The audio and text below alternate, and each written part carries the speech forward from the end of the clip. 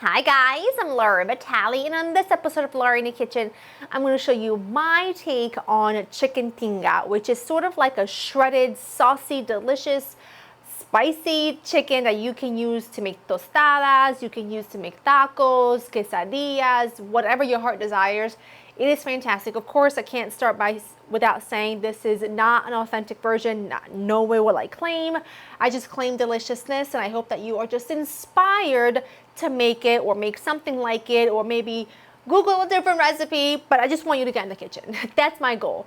Let's get started. I'm gonna poach my chicken breast because I need the chicken breast to be cooked, but I am going to poach it myself. You can also just use a shortcut by using a rotisserie chicken. This is a great hack. When you bring your herbs home, usually like things like celery it's got really long stalks. I cut them off and I wash them and I throw them in the freezer because they're great to infuse your soups or stews, or in this case, I'm just poaching some chicken.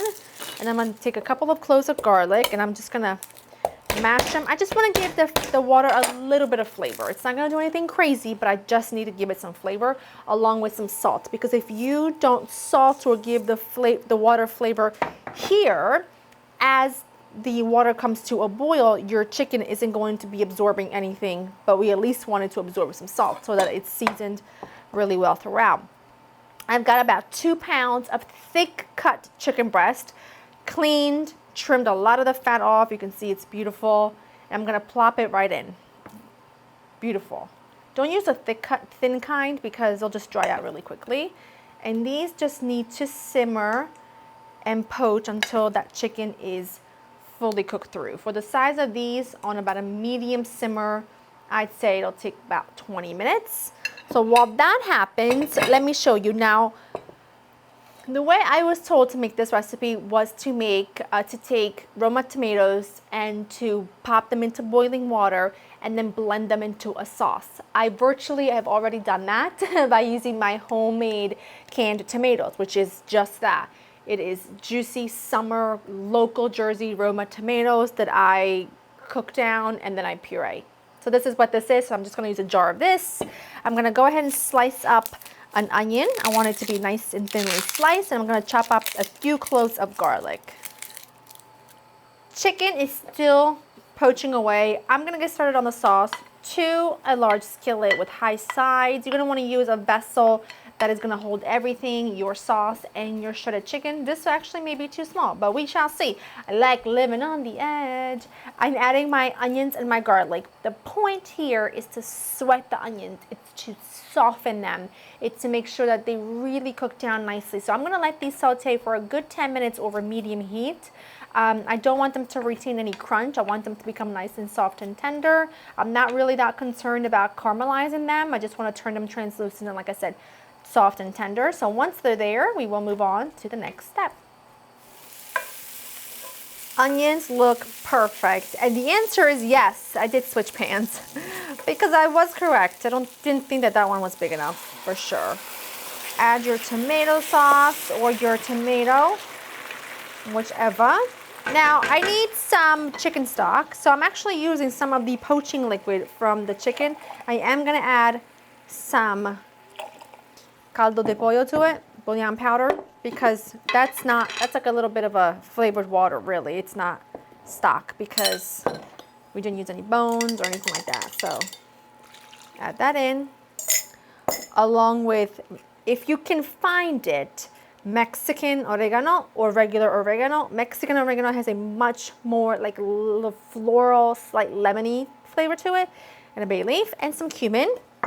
Now, the part that makes this like tinga, the part that makes it special is the chipotles en adobo. Chipotles en adobo are essentially very smoky chipotle peppers, and they are like smoky jalapenos. Woo! And they are strong, and I do advise you to just use a couple of these because you don't want to go too heavy, because if you go too heavy you can't go back. I'm gonna use, let's see, 2, should we use 3? Yeah, just use little 3, okay? Now, once I simmer this for a bit, once all the flavors start to develop, once I blend the sauce, I'll be able to taste it. If I feel like it should be a little bit hotter, While it's in the blender, I will add another chipotle. But for now, I'm just gonna add 3 pinch of salt. Let this simmer for a good 15 minutes or so. Once it's there, I'll show you the next step. And by then, I'll get the chicken out of the poaching liquid and I'm going to shred it so that it's nice and ready for us.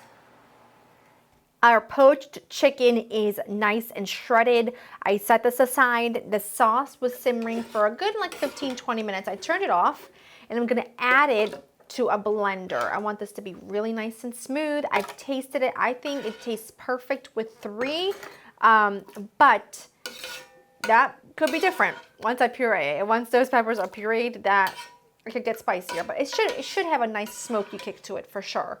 So I'm not terribly concerned. I also took a little bit more of that poaching liquid and set it aside in case I needed to thin out my sauce, because sometimes that will happen where you need just a little bit to thin it out. And get all those onions in there. Here we go. I'm gonna pop this on.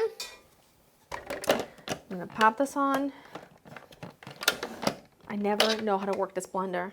These things are just not my forte, okay? Nope. One day, there you go. I don't know what's wrong with me. There we go. Power high. And pour that back in. That has got a really nice kick to it. So I'd say if you like it spicy, go with 3. If you like it more mild, go with maybe 1.5 or 2. I'm adding a little bit of that to this because you know, I don't want to waste any flavor. Now at this point, it's really simple and really easy. You're gonna bring this to a simmer. It's a little bit thick. You're gonna bring this to a simmer and simmer it with the chicken for like 10 minutes just to make sure that the chicken kind of is coated in that sauce and it's doing really beautiful, wonderful things. And then how you serve it is completely up to you. You can serve it as is with some rice.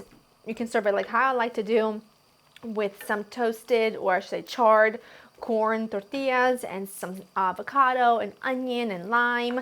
That's how I'm gonna serve them tonight, but really, whatever your heart desires. I'm just gonna make myself a little taco situation. I've just let this sit here for a bit. You can see it absorbed all the sauce. You see that? That's how I like it. You can do tostadas. You can make taquitos with it. You can do what I'm doing and just char a corn tortilla. And then I'm actually gonna use, today, I'm gonna do avocado, cilantro, a little bit of slaw, a little coleslaw. Now it sounds crazy, but I've had that many times when I've had authentic tacos, like this little slaw situation, and some lime, and that is gonna be perfect for a little, what I call cook's treat. What cook's treats are like a pre-dinner snack. It is a treat for the cook. It is a treat for the person that put together a beautiful meal for everybody to enjoy. And I think you always have to have one of those. It's the appetizer before the appetizer. It's the moment of silence before the crazy happens. Take a little bit of this, easy peasy.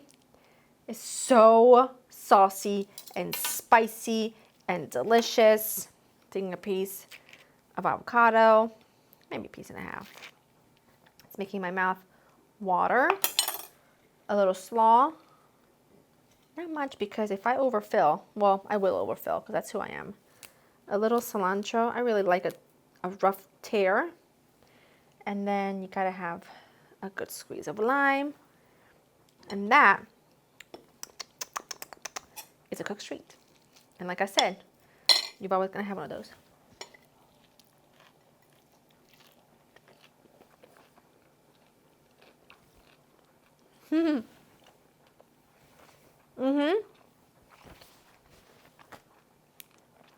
Dynamite.